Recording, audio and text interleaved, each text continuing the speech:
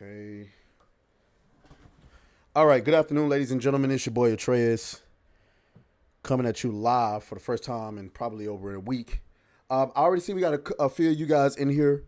I'm pretty sure maybe a few will come in over time, but we're gonna go ahead and get this out of the way. So I have a special presentation coming for y'all. Where is my slider? So today we're gonna be doing a little bit of a debate, um, like we did when we had McDizzle on. I know a lot of y'all have been, how do you say? A lot of y'all have been requesting for that, and we got one here for you today. So I got a special guest here on the line, War Gaming Dad. Why don't you go ahead and introduce yourself to the audience? Hey, like I said, I'm Warren Gaming Dad, just an old man getting on the internet, doing commentary, yelling at the anti-woke. So I'm excited to get in here and talk. Okay, awesome, awesome, awesome. So you're primarily a gamer, huh? Yeah, I mean, I've been a gamer my whole life, pretty much. Depends. I play different games than I guess most people would. I don't really hang around the AAA scene anymore. Much like a lot of us, anyway. Um, okay, so and I guess by that question I meant, do you just primarily make gaming content? Like you don't get into Hollywood and stuff like that, right? Oh yeah. I don't really give a shit about movies much anymore. I've gotten to the point that I only like one type of movie, and that's horror. So. Okay, I'm a big horror fan as well, so that's actually on brand. All right, so I don't want to waste the audience time too much. So the reason why we're having this conversation today, or this debate, however we want to do it, is because I've noticed you over quite some time. I don't know how long it's been actually. I don't know if I noticed you a year ago. It was definitely earlier this year, but I've seen you go back and forth with a lot of people in my space, including names like Smash JT, Hypnotic, more recently Kata. And before we get into the actual debate, what I found interesting about you is you seem to go at everyone in our space except for me, which at first I thought it was because you was one of those people that didn't want to be seen going back and forth publicly with a black person. I think but I proved that wrong. but when I seen you, hold on really quick. When I seen you going back and forth with Kata, that's when I was like, okay, so obviously it's not that. So that's where I became. I'm trying to figure out what your angle is. So what is that about? Are you talking about with Kata, or just you haven't seen me do any content really on you? Because I have Well, made a no, video on you. it's not about the content. Like if you made videos on me, that's fine. I just didn't notice. What I always found Yeah. interesting is that I've seen you go back and forth with Hypnotic, with Smash JT. I think Will of the Fans, Words of Paradise, but I've never had an interaction with you. So either you agree with everything I say, which would be odd because I mean me and those people seem to have the same opinions, or for whatever reason, I don't know, you just chosen not to come after me in a certain way. I mean, it's not that I haven't chosen to come after you. I think the only interactions I've had with you was over your uh demonetization. Mm-hmm. Other than that, usually I tend to like a lot of times there's a bunch of y'all, right? There's like Gay Viper and the guys you mentioned. It just hasn't, I guess, really come up that I've seen a lot of your content to talk about. It's either something like it's kind of the same message I've already heard from someone else I'm going at, or you just haven't popped up on my feed. So, I mean, there's not like, it's just, I guess, I wasn't doing it for Cade until recently. So it's just kind of like a matter of time to where you hit my radar and I want to say something about what you said. Okay, and we may get to that. So, Hmm. um, we're gonna focus on around about four topics today. I want to say, hold on. Yeah, we're gonna focus Okay. on about four topics today. Those four topics are gonna be defining a grifter for one. We're gonna talk about take us north, women in gaming, and then we might touch up on the Alyssa Mercante thing because there's gonna be a lot of questions around that. But for right now, I want to focus on an icebreaker just to because hopefully this will be a respectful back and forth. That's what I'm hoping for. Uh, but you know how debates can get. So to Oh, kind yeah. of start it off on a positive note, I just want to do an icebreaker. What are you playing? I mean, you already said you're not playing AAA stuff. So what are you playing this year? And what has been the number one game for you this year? Oh, RimWorld, 100%. I play it on stream. I play it off stream. Every time I pick up, like I keep coming back to that game. It's probably my You say number one. Immortal? No, RimWorld, RimWorld. Oh, okay, okay. Damn, I haven't heard that one. I have to check You that one should. out. Savvy plays it. It's also known as War Crime Simulator. One of Okay, the best games out there, I think. okay. I have to take a look into that. So you would say that's the best game of the year for you? Oh yeah, 100. Well, I mean, it didn't come out this year, but it's my favorite game of the year. I Oh, think Silk Song is going to be my favorite if I decide to play something that came out this year. okay, okay. I'm gonna. People keep telling me about Silk Song. I didn't play the one before that, so I'm gonna have to check that out. But yeah, I think the chat knows what I'm gonna go with. My favorite game of the year has been nothing other than Expedition 33. So, um, I think that's no surprise to anyone. So what I'm gonna do is, um, I'm gonna give you about 5 to 8 minutes of just pure airing out your grievances about me, about the space that I'm in, the things that we talk about, the points that we make, uninterrupted. I'm just gonna give you the floor and kind of just like air out all of your issues with this side of the internet. Okay. So Okay. when you ready, go ahead and do that. Okay. So I actually came from the anti-woke space. I wasn't a content creator, but I was a extensive Endymion fan. I was on Gamergate's side for the vast majority of it, minus some of the people who are doing crazy shit, but there's always people doing crazy shit. And Mm-hmm. at some point within the last year, maybe even further back, I've seen the message drift away to what I thought Gamergate was about, right? Mm-hmm. Criticizing the gaming industry, criticizing these bad games, things like that, to this, what I consider activism, right? It's not about them making, like, my big thing was telling people to make their own games. I went at people, I went at the wokes for Veilguard because they changed the game. But Mm-hmm. then you start seeing these games that are coming out that are woke games. And I don't have a problem with mocking. I mock shit all the time, if you haven't seen. I do Okay. have a problem when you start making your message about kicking the people off of spaces to say their message. If the game's going to fail, let it fail. Mock it. I don't give a shit. That's kind of my big grievances with everybody. With you, I don't really have a grievous with. I mean, you're an anti-woker, so it would be the overall stemming of it. I think the only thing that I've seen that I criticize you about besides anti-woke takes is, which I haven't seen it in a while, is you to call people out and meet me somewhere, which is to me silly. Like, we're all yelling on the internet. Yes, people are going to be more vitriol are on the internet, but I think it's better to fight the fight in the arguments. With Smash, Smash is probably the number one on my list. And with Smash, it has to do with the way he does stuff. I believe he is anti-free speech.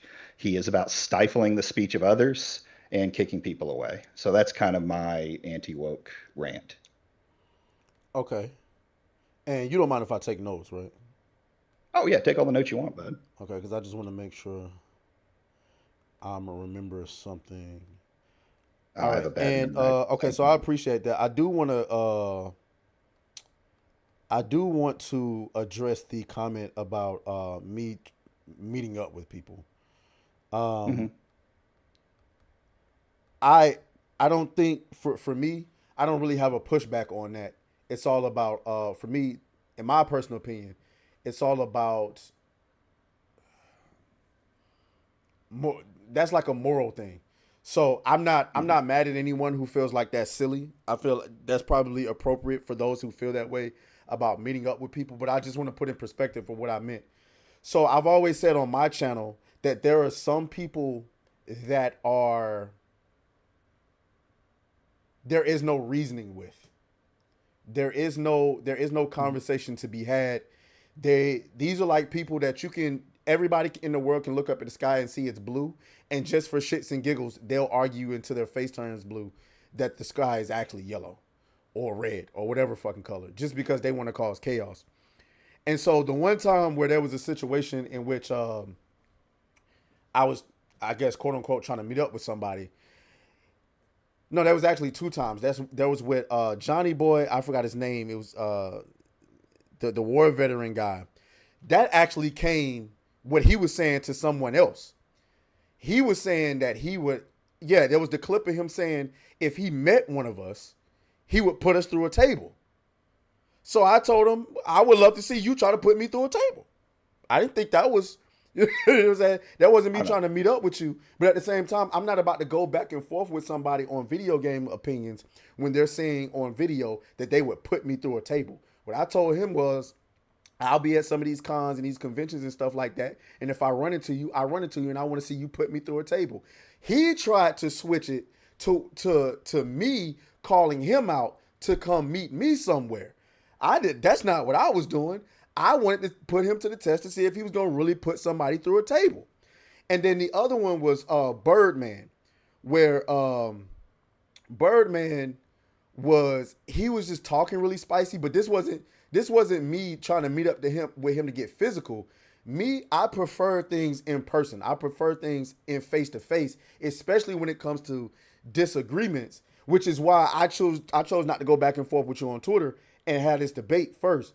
He's not willing. Birdman isn't willing to have a debate. We already offered him to come on the show and debate me on some of this stuff, and he was completely unwilling to. And maybe he feels like, oh, I'm too big. I'm not doing it. Okay, you can feel that way. So if you're going to keep talking shit, then at the very least, give me that face-to-face opportunity, because what I've learned is people are much different when you're in their face. So I just want to make that clear. It's not about me meeting up because I'm like, hey, yo, I'm going to beat your ass. It's not about that. It's more about, I think people are a lot more respectful to one another when they have to deal with you face to face, even if that's on screen or whatever the case may be. So that's what that was about. Now, people are saying airbag. Airbag is different because the airbag has violated in certain ways. But that's not important. So I just want to address that point. So basically what I got from what you were saying is you actually used to be in the anti-woke space, but your number one problem with it is you believe this is the like people say reverse racism, you say reverse activism. Yeah, yeah. I kind of say my thing is it a lot of the arguments you hear, a lot of the stuff that's going on around it is some of the very same arguments the SJWs and wokes of like the 2016s to what 2021 or two when it started to shift are saying. Okay, that I can definitely think of some examples of that, and we'll probably get into that. So starting with the first topic, grifter. So obviously a lot of people on this side of the anti-woke space have been labeled grifter. I've been labeled grifter, Smash, Hypnotic, Kata, Will of the Fans, hell, Endymion, Ryan Cannell. He's more in the Hollywood space, but he's been labeled a grifter before. So a lot of people on this side, it seems to me that people with what a lot of folks would describe as right-leaning opinions are being labeled as grifter. Is that something that you subscribe to, or is it something different for you?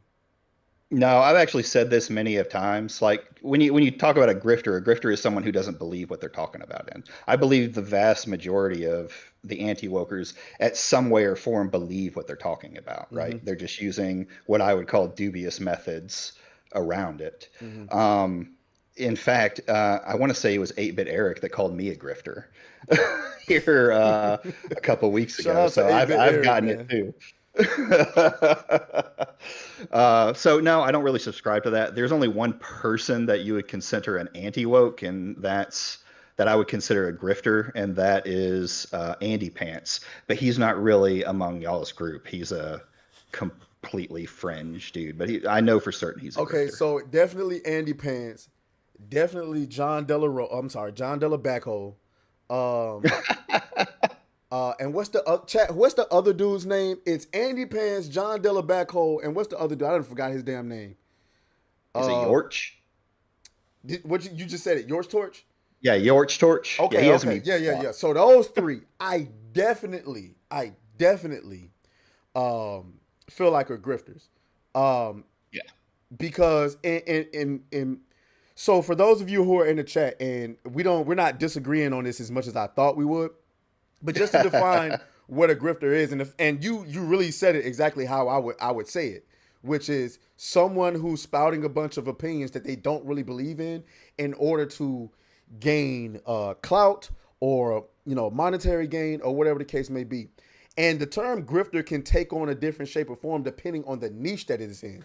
So like for those of you, and I see I see you deviled eyed Elvis. I thought that too, Elvis. I thought it, and we're gonna talk about it in a second.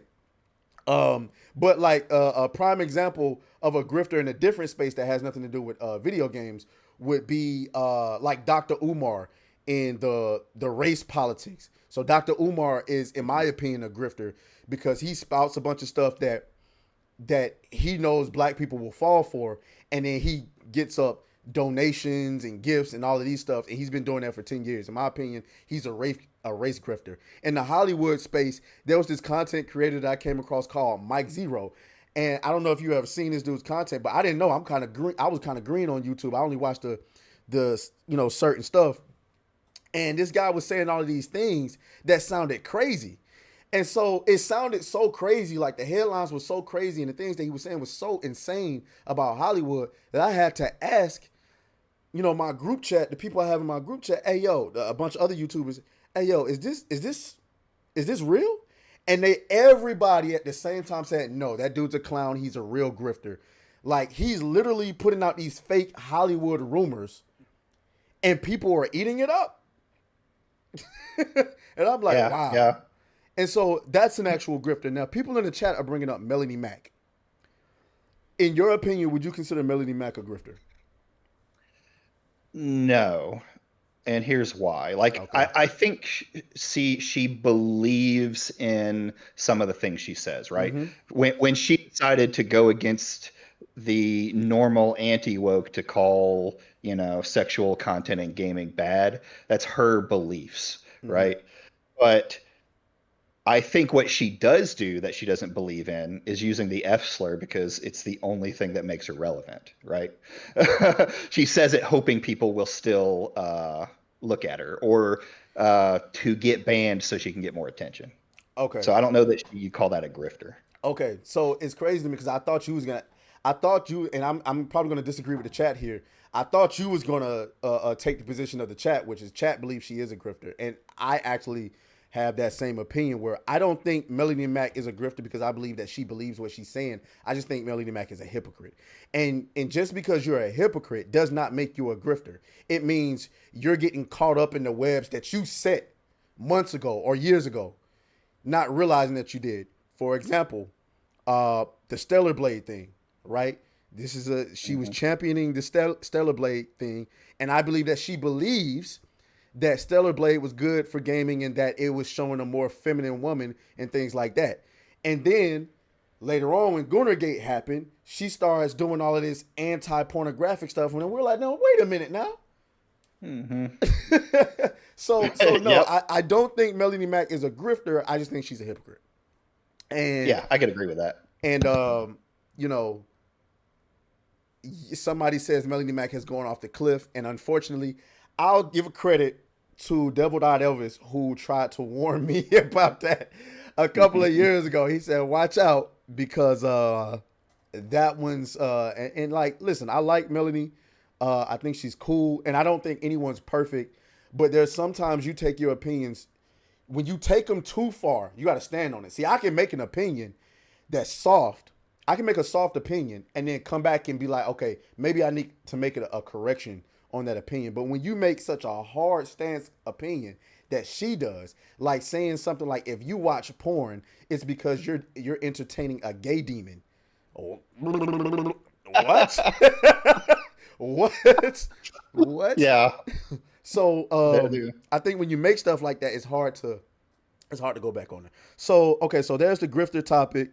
We established what we think a grifter is. So I mean, obviously we didn't disagree on that one much. So let's go ahead and let's go to Take Us North.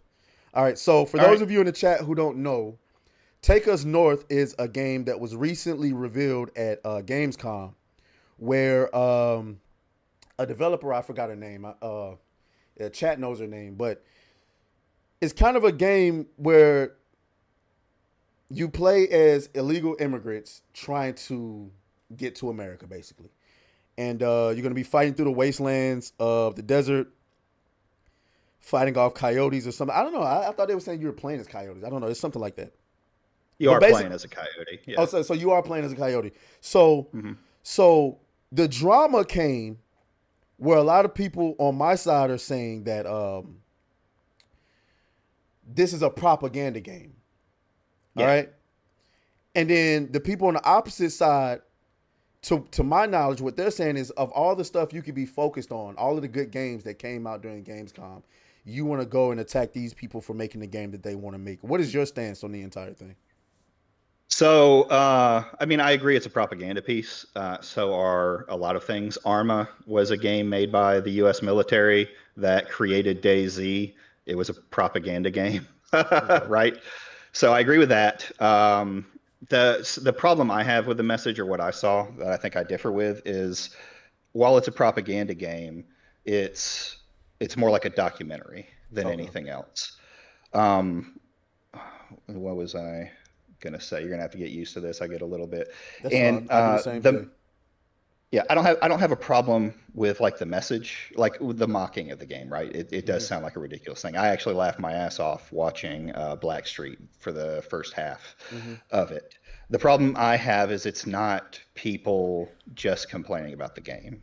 People are actively trying to track down the devs, which is sending tons of harassment their way. They're trying to kick them off of platforms. This kind of goes into what I was already saying. And I think that's the issue around it that I have a problem with. Somebody time out Ashton Tyler because Cartel Rivals is insane. Um, okay, okay.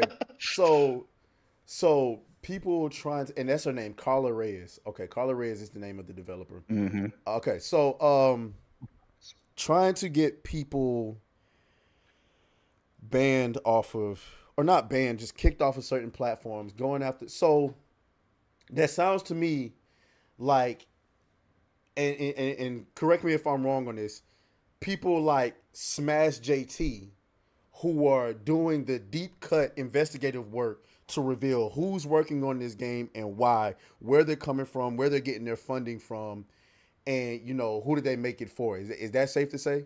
Not just Smash JT, but that's what Well, Smash yeah. JT does. When Smash JT grabs a hold of a news piece, he doesn't stop at just reporting it like I do. I report what I see. Smash Hmm. JT goes deep into the weeds, which is why I love the fact that he does that because it separates himself from many people in our space. He goes deep into the weeds and does the research.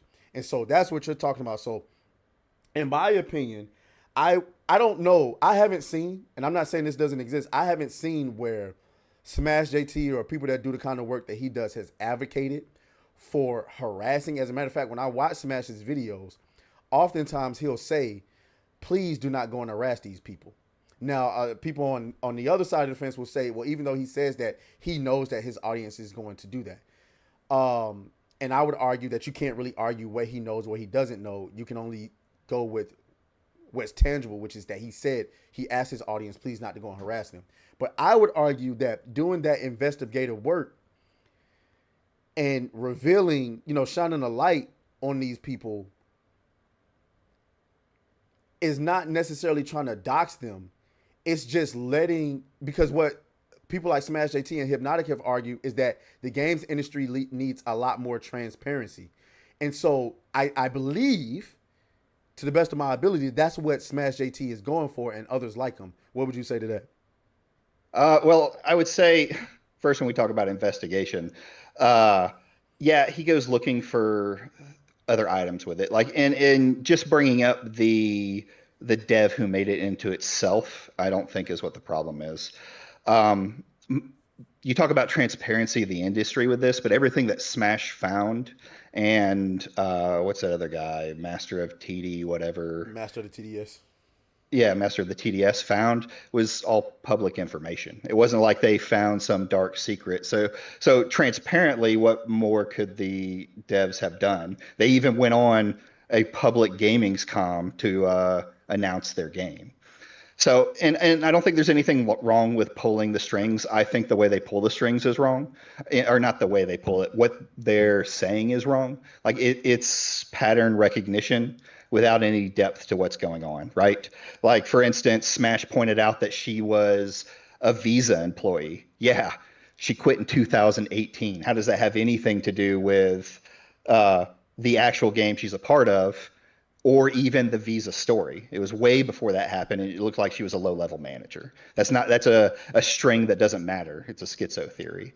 The WHO stuff, or not WHO, what is it called? The World Economic Forum bullshit. Yeah, you can say she's in the World Economic Forum, but there's like 800 something people that work at the Economic Forum. There's all sorts of different programs they're a part of. What program was she in, right? She may not believe in everything the Economic Forum does. Um, as for the harassment side of it, where um, I don't believe, I'm going to say right at the precedence, I don't believe for the most part that people are responsible for their audiences, right? Because you're going to have crazy psychopaths that go in it. When it comes to at least Smash, directly, he has fostered an audience he has, that he, I don't want to say, there's got to be a better word than what I'm thinking right now. Like, instigates it. It's not directly, right? He's not directly going out to say, dox somebody, but he has in the past said things like, we have to pull every lever to get people out of gaming. He has a program called hashtag in Kotaku, right? And now to bring it back to something more relevant when it comes to take us north, it's one thing to point out the people that are part of it. It's another to go and say, "Hey, look, they blocked me. Hey, look, they left the account." It's pretty much saying to your audience, this is the outcome we want. Make sure this happens. Okay. All right. So get people out of gaming. It was something you said earlier that I wanted to respond to, and I should have wrote it down. Um. So. Okay. So he pointed out that she used to work at Visa. I Yeah. also remember him pointing out, and I think this is the same person that it may not have been the same person. So correct me if I'm wrong. That she's worked at many other jobs, and it's like she's always there for a short amount of time. Hmm. So one of the things that our side argues is that there are people in gaming that are not there because they love video games, but they are there because they saw video games as an opportunity to expand their message. Sometimes it's feminism, sometimes it's gender politics, like LGBTQ stuff. Sometimes it's the black agenda. In this particular instance, it's about immigration. Um, Right. and so when you say things like, I get what you're saying with the activism. You're saying it's activism because you're arguing to get people out of gaming. And I see the Mhm. contradiction there. So I'll grant you that. It's activism because what we criticize the left wing people for doing is being exclusionary while trying to pretend to be inclusive. And then on the other end, we're saying get these people out of gaming because they're causing an issue. I'll grant you that. Um, I do want to explain where that comes from, though.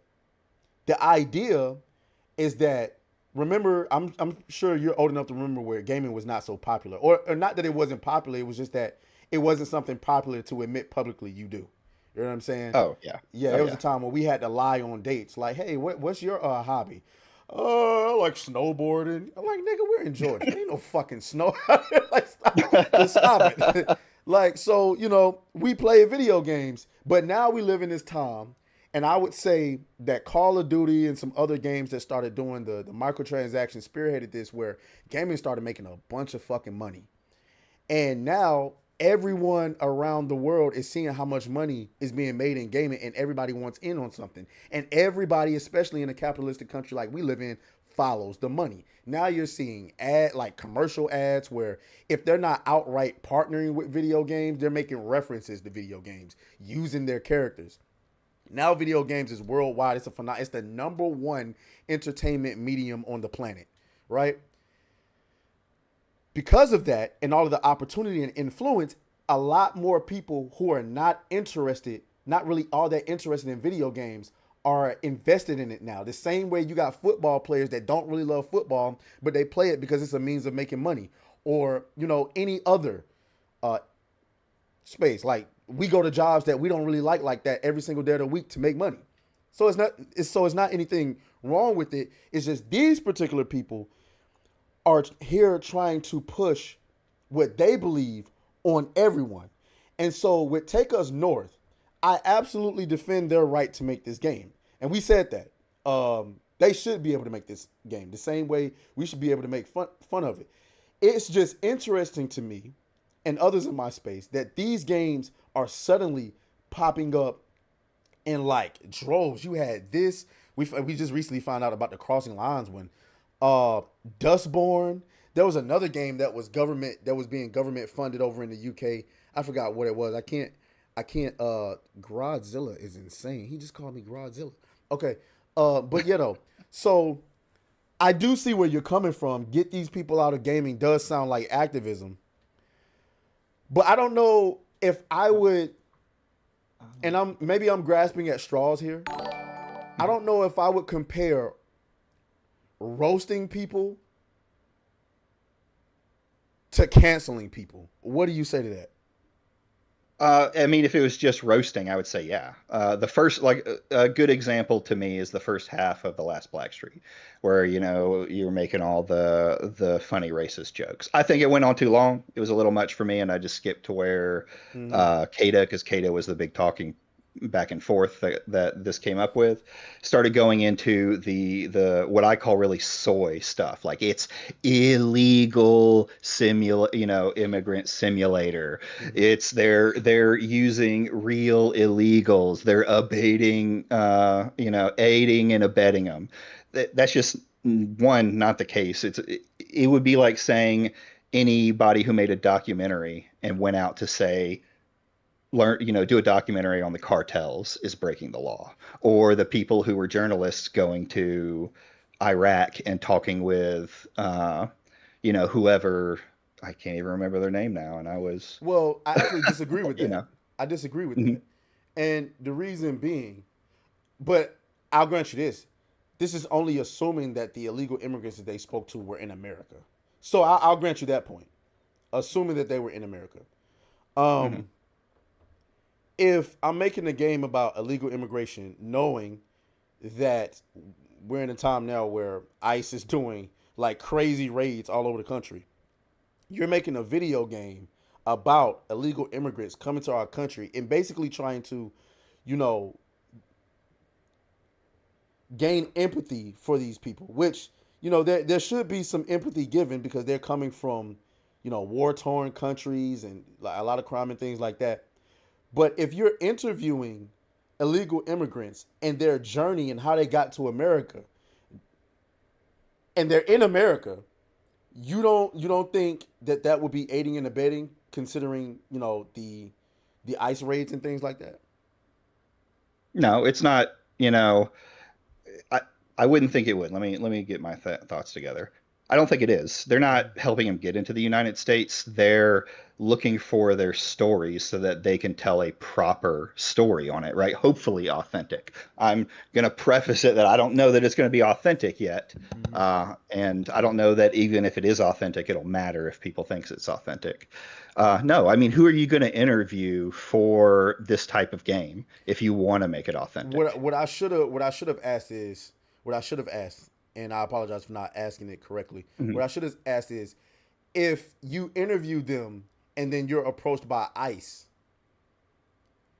and you lie about the whereabouts of these quote unquote and I get it again. I think I'm grasping at straws here, but Um, if you're asked the whereabouts of these illegal immigrants that you interviewed and you lie about their whereabouts, is that not aiding and abetting?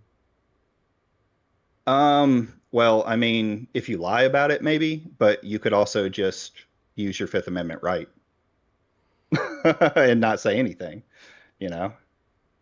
And then they can decide on if there's enough evidence to arrest you for that.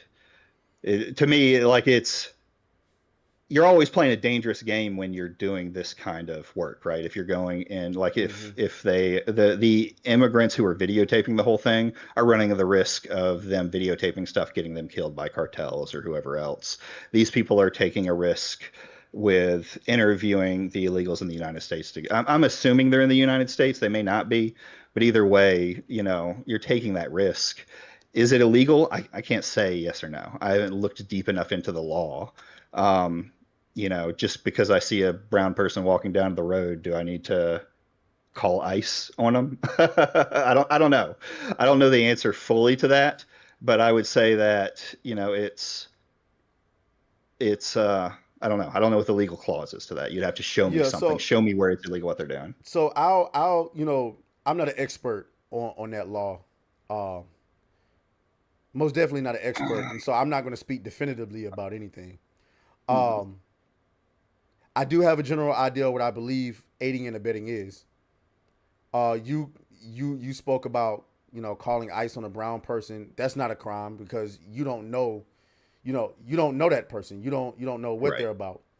My only thing with that situation is you're doing an interview and not now that I'm thinking about it, I'm pretty sure there's people that's done in documentaries speaking with people who have broken the law before and their identity is protected.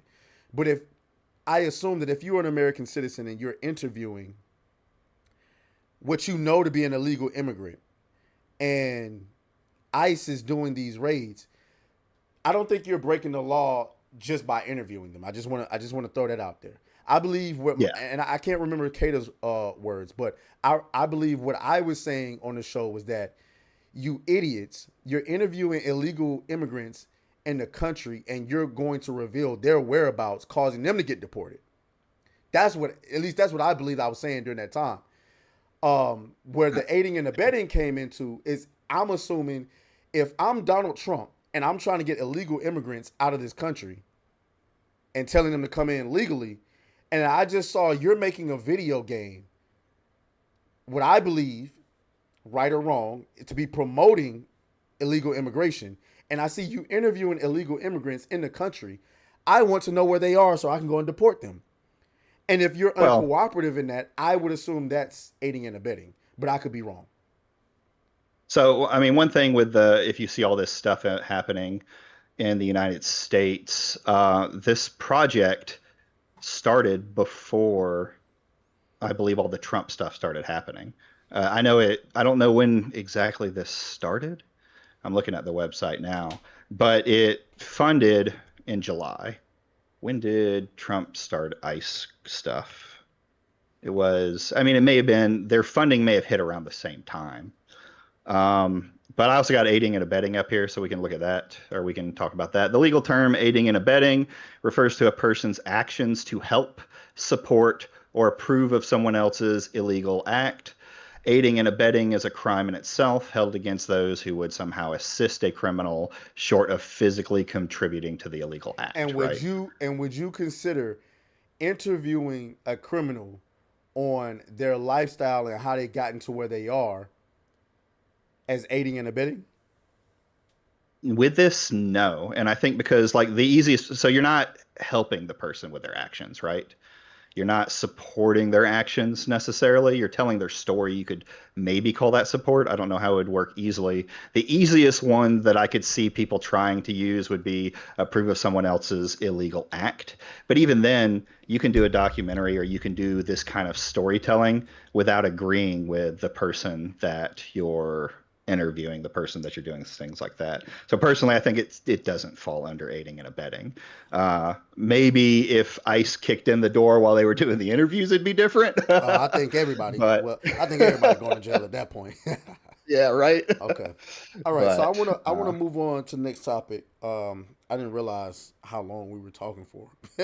'Cause I scheduled this debate while I had an obligation and forgot, and I there was no gotcha. way I was going to cancel this after planning it a week out. So I was like, Hmm. yeah, I got an hour, but I think we're gonna go over an hour, so my obligation is gonna have to wait. So now I want to get to women in gaming, and there's several Okay. points of women in gaming that I want to get to.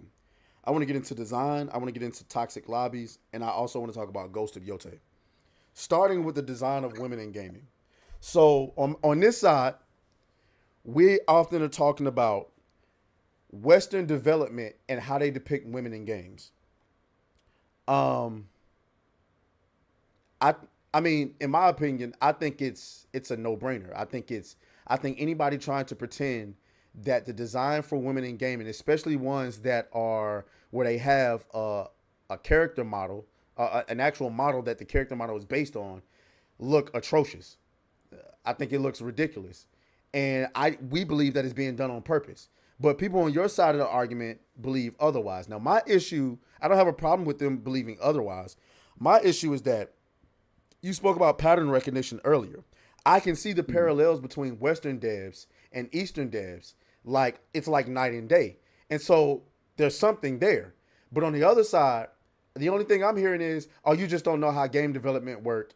You don't know what you're talking about. But nobody's willing to explain how did we get here. The only thing close to an explanation that we've gotten is that it's hard to develop female characters in video games, but yet we're seeing examples of Eastern developers doing it perfectly in different art styles, from Stellar Blade to Monster Hunter to and they're not an Eastern dev, but like Expedition 33 to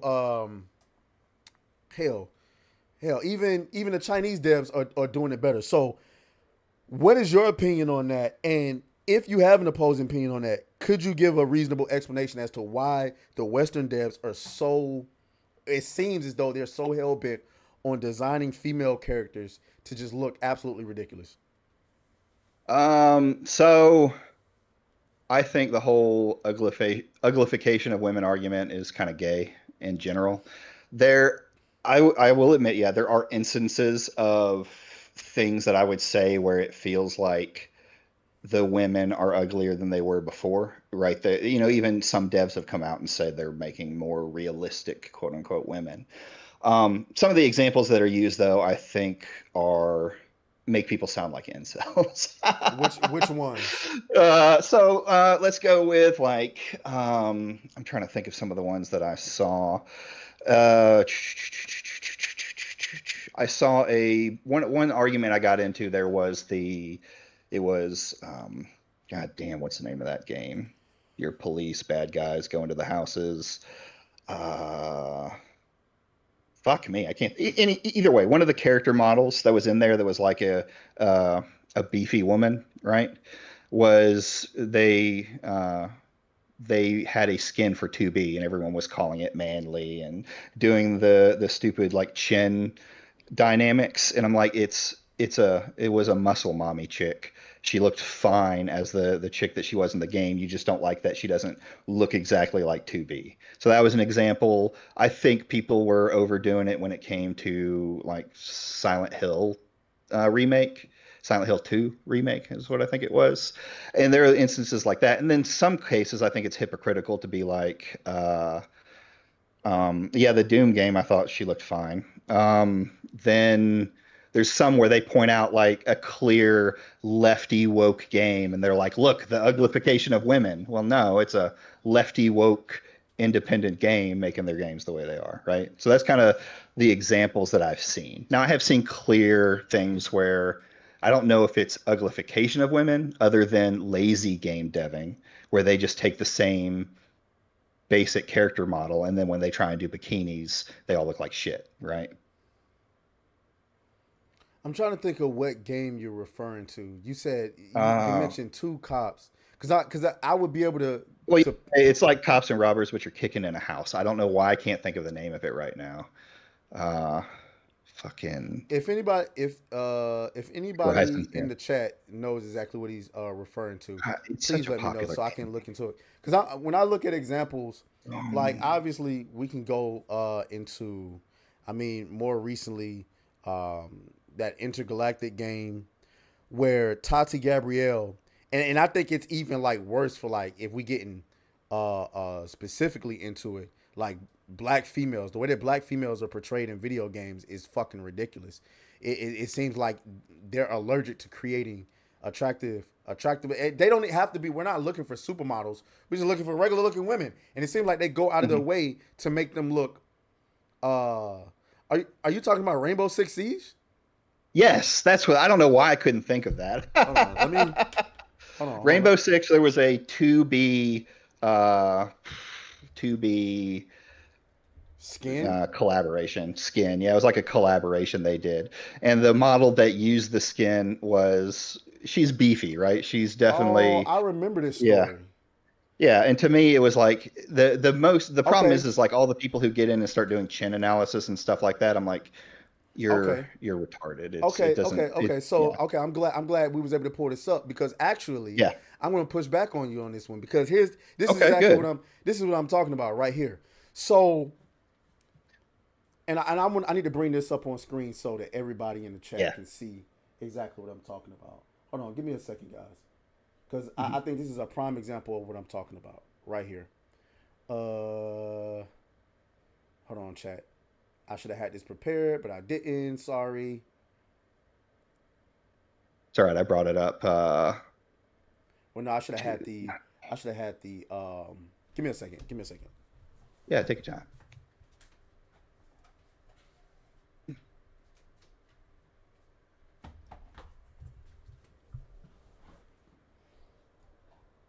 Okay. Give me that. Hold on. I didn't anticipate bringing up. Um, This one. yeah, but okay. So and then where is? There we go. All right, there we go. So all right, chat. So y'all can see this, right? This is what he's referring to. This is the story. I remember covering this story where Hmm. Rainbow Six Siege came out with a 2B collaboration, and this is what we got. All right. Now, this is why I'm going to push back on exactly what you're saying. You said, it's an incel. What she looks beefy. The reason why 2B is so popular, despite the fact that you can't even see half her face, is because 2B is very feminine and attractive looking. This is what made her popular. Okay.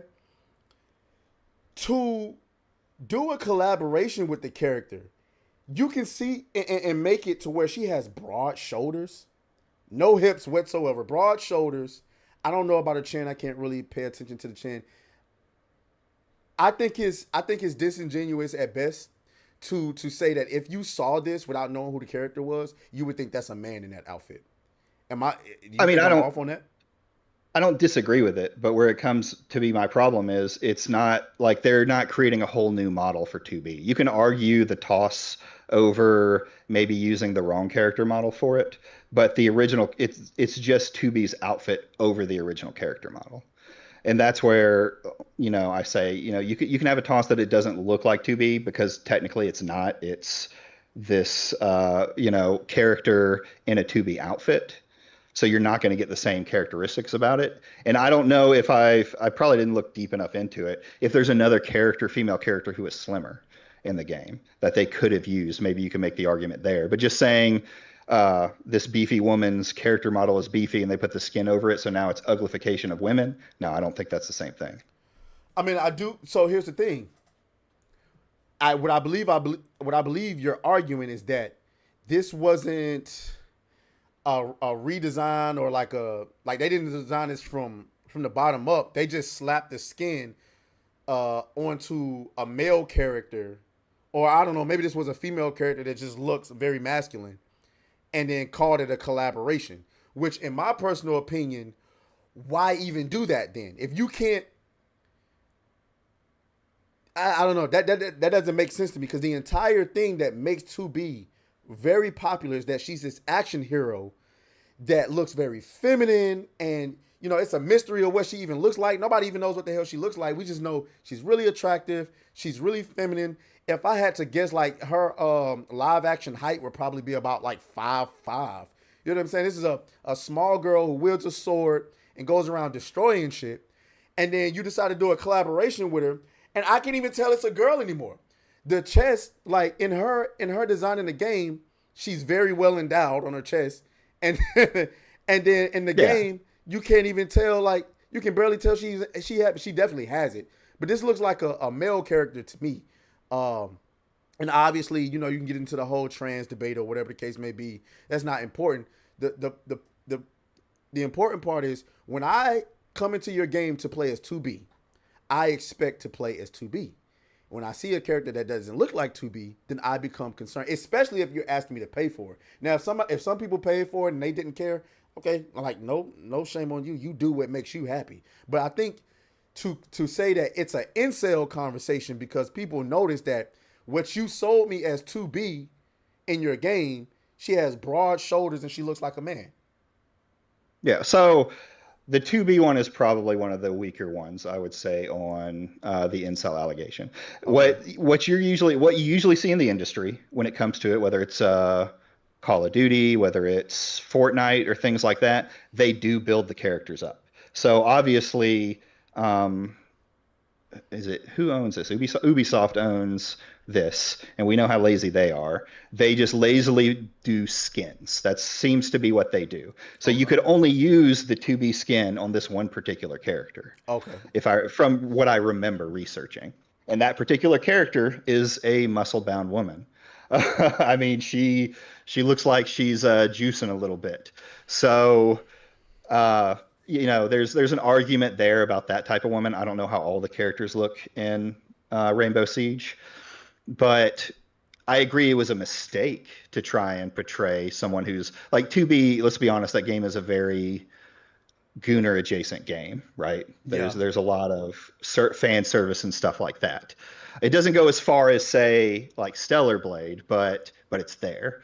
So putting it on a Rainbow Siege character, I think was a mistake. In that because yeah, you can say it looks like a man with those Mm-hmm. situations in there. I don't think it's the uglification of women though, right? This is Um, one example of them making a bad choice. I'm trying to think of one the where infamous Mr. Blood said, "You sold me 2B and I got two bruh." Sir, I mean that's a I'm good timing argument. you out. I'm timing you out. Okay. Okay. If you if So they want to do, oh, mhm. go ahead. I said if Ubisoft wants to do this collab stuff that they've tried to do, they need to do what all the other industry standards do, and that's to build complete remodels, right? Which comes with its own hitbox problems and stuff like that. But I don't think it's an uglification of women. I think it's them not wanting to actually do anything but place the skin on a character model and make money. So I think I think you're right, but I also think two things can be true. I think that the True. culture in the gaming industry has come in where there's a lot of people with the agendas to portray more representation on screen. And that comes in various forms, where it comes more black people, more women, more LGBTQ members. And we know that there's been a concerted effort to show more body types. Hmm. I do think that you're right that Ubisoft is lazy and they just throw a skin on a character. But I also think that it can also coincide with we want to show more different body types for women or trans individuals on screen. Because what we've seen is that that community will take any opportunity they can to I don't to hijack characters. I'm just saying. I'm being politically correct about it. To hijack characters. They take characters where if they notice the color scheme is blue and pink, oh, they're trans. If this character is built this certain way, oh, they're trans. So we know that this group of people, if they see a certain representation on screen in a book, in a comic, in a video game, they have no problem with saying, okay, this is for us. So why am I to believe that when we can see the pattern recognition, you talk about Star Wars Outlaws. I don't know what the fuck that was. When you talk about Mary Jane's design in Spider-Man 2, which that wasn't like trans or anything like that, but like she looked fine in the first game, and then they completely redesigned her for what exactly? When you talk about the fact that after roasting gamers for celebrating Stellar Blade, Kotaku turned around more specifically. Alyssa Mercante turned around and celebrated Aphrodite in Hades 2 because, and a lot of people were saying, "Oh, she's trans," and it's like, well, wait a minute. The Greek, since when was the Greek goddess Aphrodite considered trans? Because of the color scheme that they use on her and the way that she looked, because she kind of looked a little masculine, if I remember correctly. Knowing that, why am I to suddenly believe it's far fetched that people in the gaming industry are trying to blur the lines between what a female and a male can look like to make it more acceptable for trans identifying individuals to be represented in video games and movies alike? I mean, you even see in movies, and I know you're not a movie specialist, but in films and TV shows, I know a lot of people in the chat can say they've seen the trend of like female action heroes with their chest completely flat. Like old girl, like Galadriel. I know she has a chest. I can see it in her pictures on the red carpet. But why does everything she wear go out of its way to make her look flat chested? That's not the only female action hero they're doing that to. They're doing it to every single one. Women I know are not flat chested or being portrayed on screen to be flat chested. And I think that's because they know that a woman's chest makes her look more feminine, and it makes the audience take them less serious well, they believe this. I don't know if they know this, but they believe that a woman's chest makes them look more feminine and makes people take them less seriously, and they don't want them to be sexualized. I know I just said a lot, but what is your rebuttal to that? Yeah, not a problem. I mean, I can't. My view on the movie industry is it's completely fucked by it being such a inside culture specifically around Hollywood. So yeah, it's all. I can agree with a lot of the stuff saying that there's woke problems in the media, as well as just it's all slop now, right? And I can make agreements on the idea that women think that smaller chest makes them, that's been a thing even before woke agendas. When it comes to video games, I think it's a little bit more. Video games are a lot bigger. It's not pushed down into Hollywood makes movies, right? So it's a much wider gaming thing. So, I mean, you can argue the toss. I'm looking at Spider-Man 2's Jane, and I think it looks fine. Let me pull up Spider-Man 1's too. One thing you talked about where they were saying this person's trans, they're saying that person's trans. Like, who are we talking about specifically? Like Alyssa Mercante and people around it? I know there has been like 1 or 2 cases of a game dev trying to claim someone's trans. So I mean, in those cases, you can say, yeah, sure, they're trying to, if they're trying to take a character and do it. Everything else, though, including what Alyssa Mercante says about like Aphrodite. I mean, I'm looking at Aphrodite in the second game, and I guess her chin has changed a little bit, but she's still like. I mean, I thought, in my personal opinion, I thought that she still looked like a woman. But she very much looks like a woman. I mean, the only thing covering her up is her hair. The debate was, so if I remember correctly, and this was like over a year ago now, so forgive me if I don't get all the details correct. I remember that's fair. Hades 2 came out a few months after Stellar Blade. Gamers were being criticized for celebrating Stellar Blade because the main character was so, yeah, we'll just say that. And then Hades 2 comes out, and then there's like an image with Aphrodite on the front, and the color scheme, I remember there was a lot of pink and I think a dash of blue in there. And I remember there was a community of gamers, all with the trans flags in their bios, saying that, oh, she's trans. And then Alyssa Mercante was celebrating her being like, she called her mommy or some shit like that. I don't know, like that. It was weird. It was gooner shit. But it's like, okay, so you're celebrating Aphrodite being naked, damn near. Because I remember in this image, she was like, damn near naked. She is. She's pretty much naked. She's pretty much naked. And you're celebrating that, but it was a problem for us to celebrate Stellar Blade. Like, what's good with that? And the only thing, people, the parallel that gamers on our side drawed it to was, oh, it must be okay because a lot of people are trying to say Aphrodite is trans in Hades 2. And so, and then I remember there was like a crippled god. And I was like, what the fuck is this? So that's why a lot of people were trying to call Hades 2 woke. Yeah, yeah, yeah, yeah. I didn't look much into Hades 2. I remember seeing some small things about it. Uh, I mean, to me, and this is a thing that both sides don't realize, Hmm. right? I think a lot of the times the arguments when it comes between like Stellar Blade and say this Aphrodite's Hmm. is there's a different argument going on, but there's similar things. Like there's gooners on both sides, right? Alyssa Mercante will give an example is not one that's not afraid to show her body off, right? And not afraid to talk about those kind of games. Um, God, I'm trying to remember. I don't know exactly what she said about Stellar Blade in general. I know a lot of people were calling it a Gooner game. My argument with both sides was one, I don't care that it's coming out. I don't think it's the big game that people said it was. So I was mocking people for its US sales and that it's just a Gooner game. And people got mad at me for calling it a Gooner game.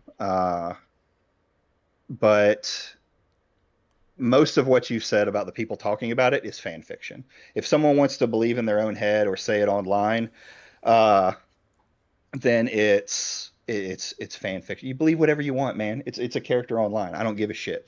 So so having coming in and saying like from the woke side, it's like okay, call it whatever you want. I don't give a shit. It's a woman, right?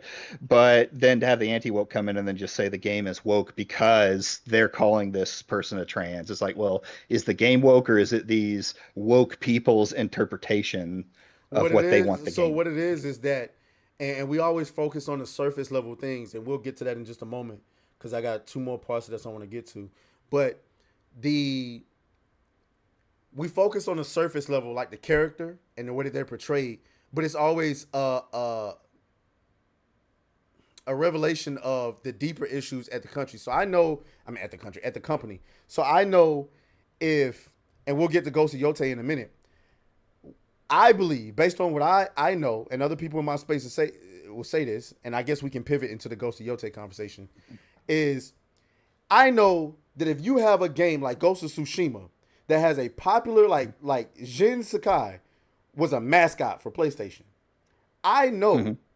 that if you suddenly decide we're going to change this to a female character as the main protagonist, then there's people there who believe we need more female representation. Now I'm gonna give you the opportunity to respond to that in just a moment, but I want to read this to Hmm. preface my argument because remember what I said. What I was saying is that there's a concerted effort in the industry to try to portray women in a different way. And this, I don't know if you remember this story, but Microsoft had a mandate and a set of questions. As it says, are you, this was to developers, are you reinforcing any negative gender stereotypes? Are you unnecessarily introducing gender and gender barriers into your code or design? Are you creating playable female characters that are equal in skill and, Hmm. and ability to their male peers? Are your female characters equipped with clothing and armor that fits their tasks? Do they have exaggerated body proportions? When the story allows, do you show male characters who display a full range of emotions, including joy, sadness, and vulnerability? But I want to focus on the part that says, are your female characters equipped with clothing and armor that fits their task? Do they have exaggerated body proportions? So I think that there, and that's coming from Microsoft, one of the biggest companies in gaming, and they're not even like all the way in gaming. That's them pretty much telling their developers that we want you to design women in a different way.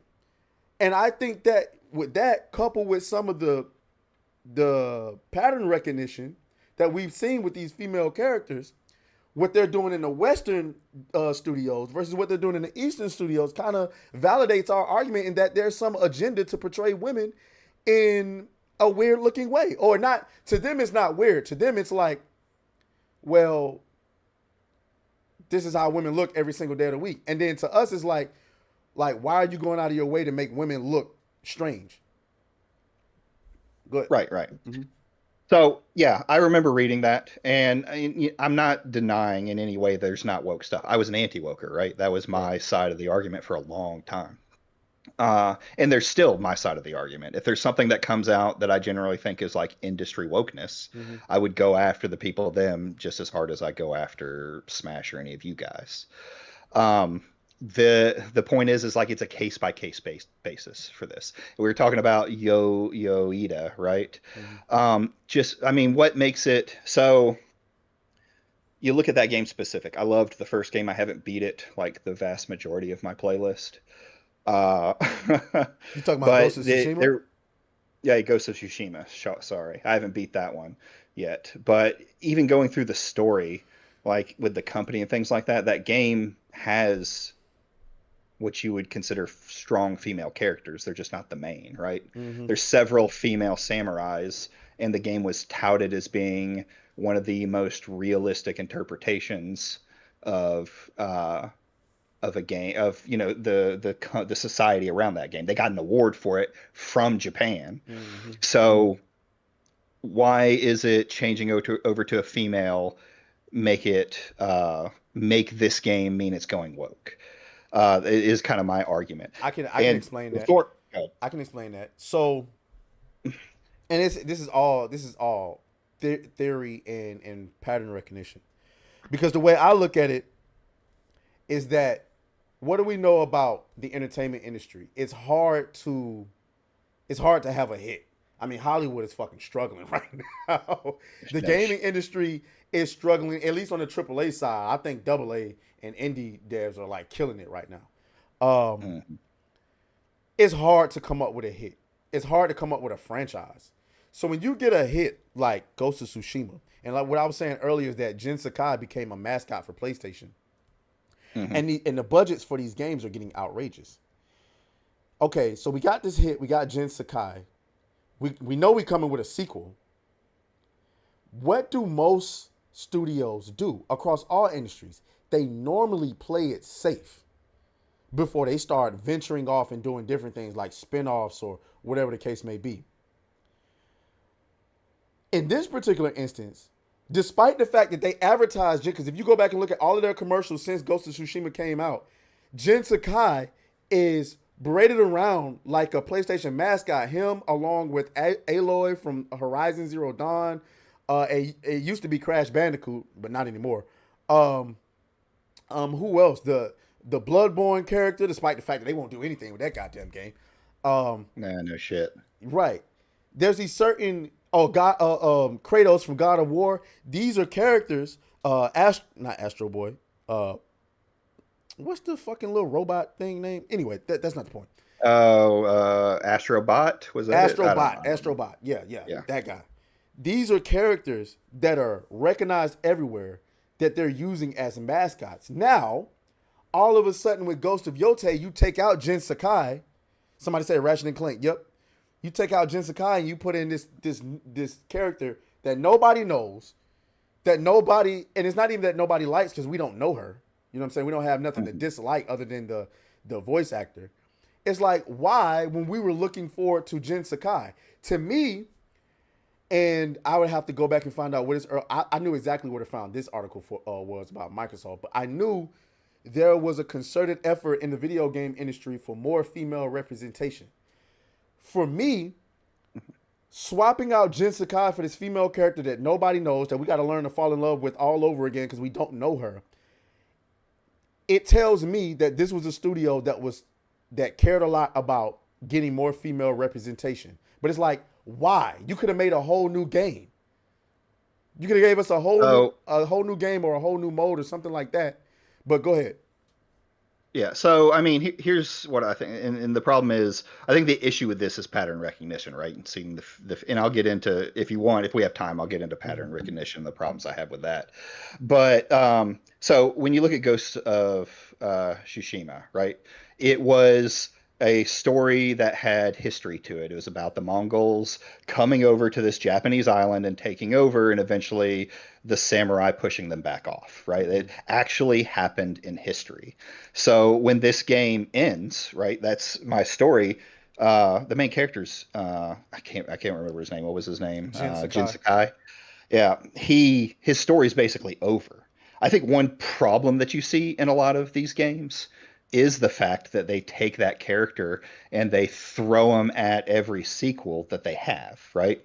His character arc has been finished. He was in that place. Why would he go over to mainline Japan and do anything? When they can just take a new character. I mean, you could argue the toss that they did a woman because of the woman thing, but did they really? I mean, it's a flip of a coin what character they chose for it.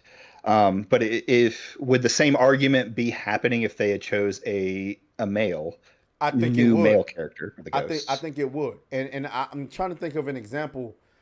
Oh my gosh, somebody made this argument before. But I'm gonna address this, and then I'm gonna go back to something you said a minute ago about his story being finished, because Hmm. his story wasn't over. Now I haven't completed the DLC with it, because there was DLC that Hmm. I haven't, but his story wasn't over. Um, Okay. there was, fuck, I can't think of it. Chat, I know chat knows. There was a game where we have a. I remember Prototype, and Hmm. it can work. Prototype had Alex Oh, Mercer, prototype. huh? Yeah. Alex I'm Mercer, we sorry. had Alex Mercer, and then Mhm. the sequel we got, and I forgot the black dude's name. What was his name, chat? And I remember this was a young time. This was back before everybody was on Twitter. And the new main character, and it was like, who the fuck is this dude? Now it wound up working out. And then I'm trying to think of another. Oh, Halo 5. Fucking what was his name? Mike Coulter played the guy that Uh, replaced Master Chief. Everybody like, who the fuck is this dude? Metal Gear Solid 2. Now I don't think I played Metal Gear. I know I played Solid Snake.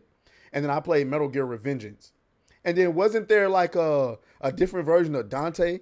And the point is, there are examples where like there's a replacement for the main male character, and we're like, okay, who the fuck is this? Now, I'll grant you that a lot of times people still play it to see what's going on, and during those mhm. times in a lot of those old games, there wasn't the internet the internet to exacerbate some of the negativity surrounding it. All we had was like G4 TV and magazines. So when people saw this, Mhm. um, yeah, that was his name. Locke was ass. I wanted more blue team. Yeah, Locke was ass. He had no personality. And to be fair, Master Chief don't have much personality either, but he had Katana to balance that out. Locke didn't. He just had his team, and they were kind of boring too. But the point is, Jin's story isn't over. And if they had replaced him, Lord forbid, they would have replaced him with Yasuke or some shit. That would have been a fucking shitstorm. That would have been fun. But if they had replaced him with a male character, do I think that it would have been as big as it being a female character? Probably not. But there would have been criticism of like, no, where's Jin Sakai? That's who we wanted. But it being a female character definitely exacerbated some of the negativity going on with it. Sure, because it falls under that woke motive. I mean, when you talk, I don't think Master Chief is a good example because he was an icon for the games, right? There's a thing to be said about trying to tell other stories, but you don't make, you know, four games with Master Chief and then decide to change the character out of nowhere.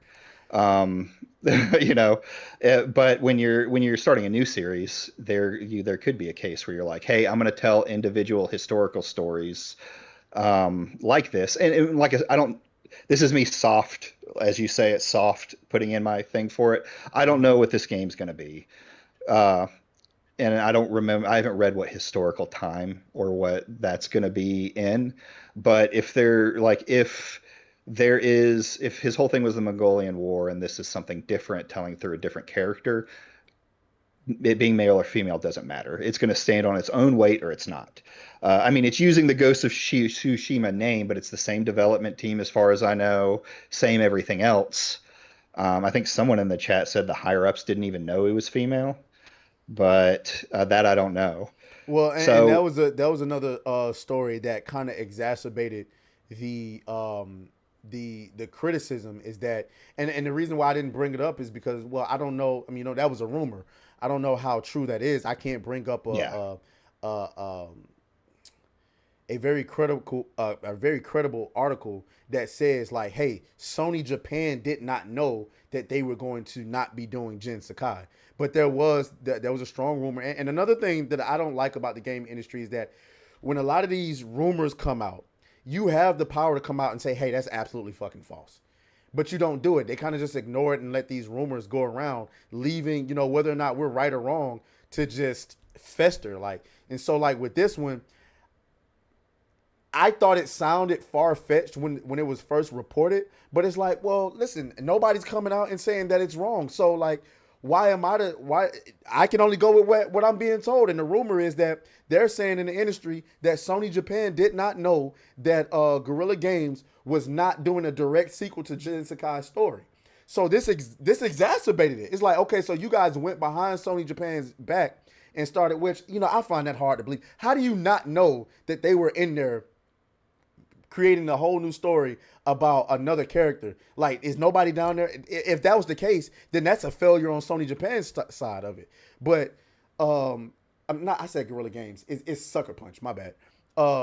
Yeah. So yeah, I don't know. That's the reason I didn't bring it up, because I'm not 100% sold. I believe that rumor, but I don't Right, know. right. So let's kind of move on to. I thought we was gonna get to the Alyssa Mercante thing. We're not. I do want to ask you Yeah, I though. figured. I do want to ask you before I get to this last part, because it's going to be about it's still the women in gaming part. The Alyssa Mercante thing. A lot of people. So a lot of people definitely thought that this debate was going to be a waste of my time, because they feel like you're a part of Alyssa Mercante's army and you're just looking for something to clip. And they definitely didn't think that I should do this debate. Um, what is your relationship with Alyssa Mercante? My relationship with her, nothing. I've talked to her several times, yes. Old Cult liked to point it out when I leaked that I had DMs with her. She reached out to, or no, I reached out to her after I started looking at the case, right? So I did a couple of videos going over the information on her case, going through it line by line, and talking about it on stream. Before I did that, there was some videos that she had linked that Smash had either privated or deleted. I don't remember which. So I reached out to her and said, "Hey, do you have these videos? Because I want to go through them. I want to have the entire story, right?" All of Smash's stuff was open except for the few videos he had deleted. Other than that, she's reached out like a few times to talk about things. Like she may point out a uh, tweet that I said and say something on it. We've disagreed on things. Like she doesn't. I don't agree with the defamation side of it at all. Of Really, the because case. I'm a free speech guy. So Yeah, I you don't. I don't oh, really care about the defamation side. I think it's weak. okay. So Uh, what part of the I guess we are going into the Alyssa McConaughey thing. I was going to talk about I was going to talk about the toxic lobbies thing, but fuck that. Um. So okay. So what part of the case do you believe has some validity to it? the three claims on harassment. There's four claims made in Alyssa Mercante's case. One is the defamation per se, where he said that she sucked dick for money. I think Smash is being really gay about that whole thing, and he crashes out every day about it. But I do think that's the weakest part of the case, right? It's we have free speech in the United States. You can tell somebody that they suck dick for money, and and not believe it, not be trying to ruin her credibility. So the only thing I could say that would go in Alyssa's favor that I do not fully know legally about is, which I don't know fully legally about all of it, is if she will be considered a public figure.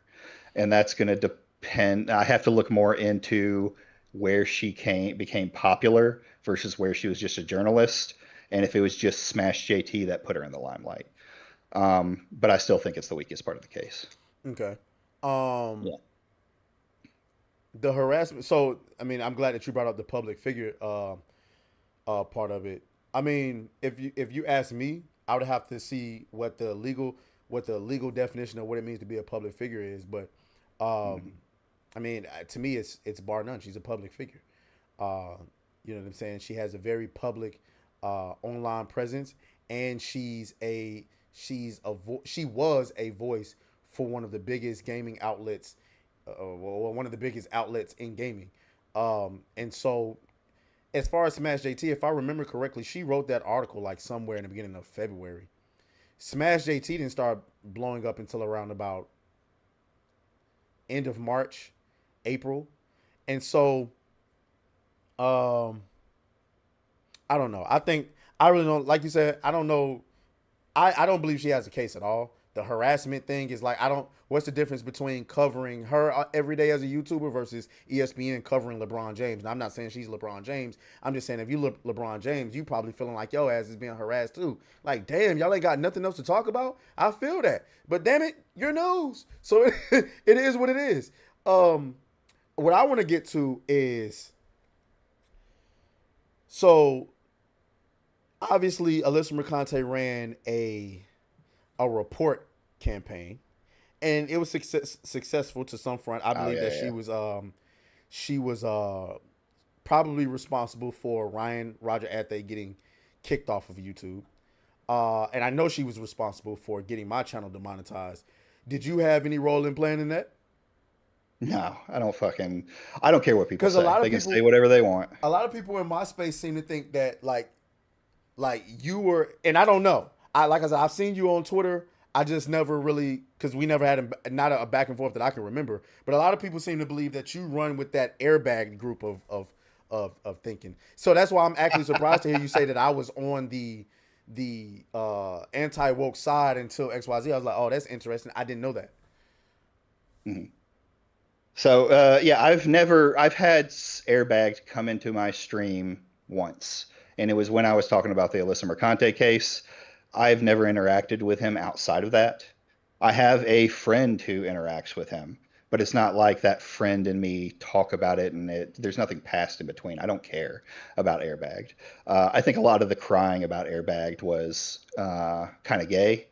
I mean, it was just it's him saying me. It's the same argument that sometimes they give with other people. Him saying mean things. Now I know that he doxed someone, right? I know he doxed Smash's wife, and I don't agree with any of that at all on his side. But everything else I didn't really care about when it comes to him.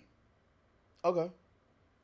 All right. So definitely didn't play a role in that. Um, I don't know, man. Like, a lot of people seem to Uh, think that you are an Alyssa Mercante lackey, so to speak. And so, I mean, I don't know. You know what I'm saying? Like I said, with Alyssa Mercante, my only issue with her was that I didn't know who the hell she was, and she blocked me, and she kept saying stupid shit. So I covered it. I guess she got upset, got her airbag and a couple of her friends to report my videos, which I was watching the debate that you had with Nobody and McDizzle. I didn't get to catch the whole thing, but I remember mhm. somebody was saying that I granted YouTube. I can't remember what it was. It was something on one of those. It was one of those videos where I was like, okay, I'm gonna give YouTube that one. But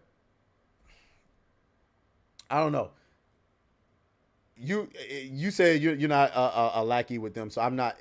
Anything that I was going to ask was going to be dependent on the fact that you were in the Alyssa Mercante side of thinking, which it sounds like you are, and I can only take you for your word. So as far as the Alyssa Mercante conversation goes, I don't have much else to say about that.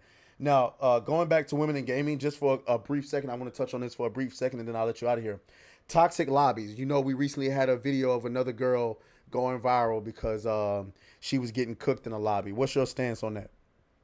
uh, the fucking mute button was invented years ago. Get the fuck over it. And there we Mute go. them and then fucking carry the game. That's all I gotta say. Well, that's not going to be a debate, and I think there are some people. There are some people I couldn't agree more. I've said all I've said on my own video chat. I've said all I said on New Black Street, and he agrees. So it seems like we agree on most of the things. We don't agree on about, I would say, 20 to 30% of the Take Us North stuff.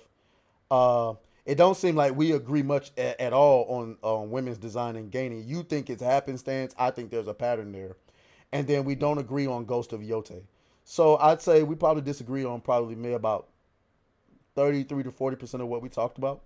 It was a civil conversation. It didn't get heated. I know there's a lot of people who think that I'm not actually debating you because I'm not cutting you off or yelling at you, which is fine. That's your prerogative. But this is going about the same way it went when I had McDizzle on. And for a lot of y'all who are expected a shouting match, I don't know why the fuck you thought that, because y'all can see how irritated I get on panel shows when people cut each other off.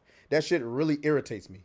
So there's no way you would have thought that I was gonna have somebody on my show trying to debate with them and cutting them off and yelling and screaming and stuff like that. If that's what you were looking for, I'm sorry to disappoint you. Not saying that they can't get there, because every now and again you'll get a person that's trying to be disrespectful or something like that, and then that's when we'll have to take it there. But when you have two civil people trying to have a conversation, trying to have a respectful, reasonable debate, this is how it goes. I know this is going to sound shocking to a lot of y'all, but when I was in high school, 10th grade, I was actually on the debate team. Nice. Probably shocking. Probably doesn't sound like a very Atreus thing to do. But yes, I was on the debate team. Okay? Sorry. You know what I'm saying? But in actual real debates, uh um in actual real debates, this is typically how it goes. Kata says, well, no, you just didn't combat any of his dumbass points. Don't have to cut off to do that. I disagree with that, sir. I don't know what you're talking Kate, if you about. got a problem, Kate, if you got a problem with what I'm Let's not. saying, you can always talk to me. Oh, Don't do sorry, that. sorry, Yeah, sorry. yeah, don't do that. All right. If whatever beef that you guys, that's something that I didn't get. Well, no, because we kind of talked about it. It was with the Take Us North thing. I just didn't bring Kata's name up into it. So Well, I thought you were going to. Kata made a video because the criticism was that everybody was talking about Take Us North, and we didn't talk about any of the games that we like. And then Kata's point was pretty much that not only did we did talk about the games that we were looking forward to, but also you guys don't play, and not you per se, but the people he was talking to don't actually play the games that you're championing so much. And you had a lot to say about that. So that was that. I'm gonna leave that between y'all two. That's fair. But yeah, I disagree with the fact that I didn't address any of your points. I did. I don't know. I don't know. Maybe I was sitting here for an hour and a half talking to myself, or I don't know what it, I'm pretty sure I combated several things that you said.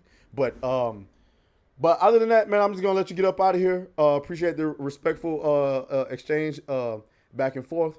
But I mean, I appreciate you for being willing to have the conversation. I'm gonna go ahead and get out of here because I'm late. I was supposed to leave at 1, and it is 1:30. So Ooh, all right, brother. All right, man. Chat. Make sure y'all catch us in about 4.5 hours. We'll be on New Black Street. We got a lot to talk about today. Durmouth is coming in. Hey yo. Anyway, y'all get the point. I'll talk to y'all later, man. Be safe out here.